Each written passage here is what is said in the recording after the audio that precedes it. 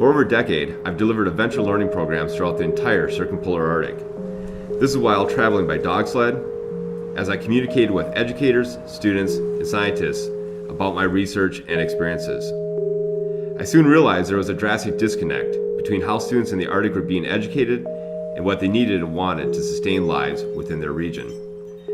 They experienced a loss of culture, a loss of language in these regions that were being impacted greatly by climate change.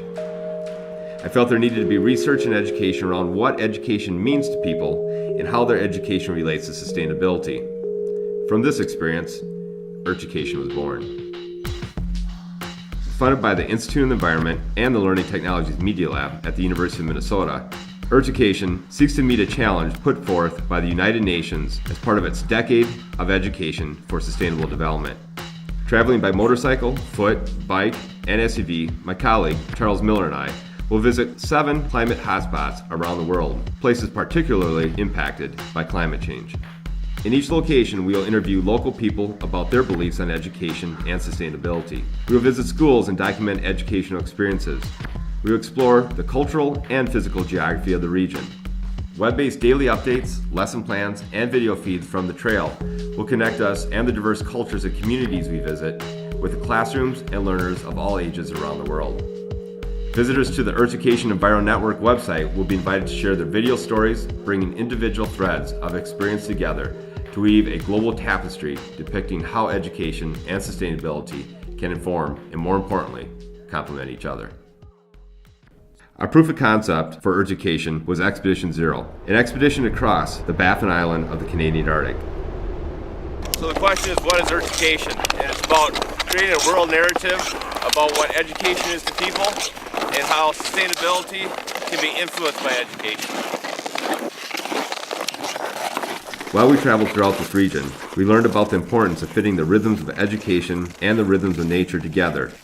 We studied the disconnects between things such as seasonal hunting and the academic year, and between cultural experiences and traditional textbook learning. With the funding now secured, we embarked on our first of 7 expeditions to Burkina Faso, Africa. We traveled over 1,000 miles throughout the entire country, visiting 17 villages, towns, and cities, ranging from the capital of Ouagadougou to the villages of Sabu and Koudougou. As we traveled throughout the country, we collected over 35 interviews with the Burkinabe. We met with kings, elders, students, teachers, and government officials on their perspectives of education and sustainability.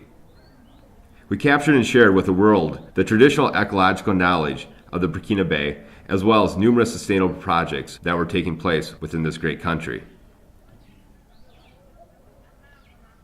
The key to Earthducation is identifying what education means to people around the world and how that education leads to sustainability.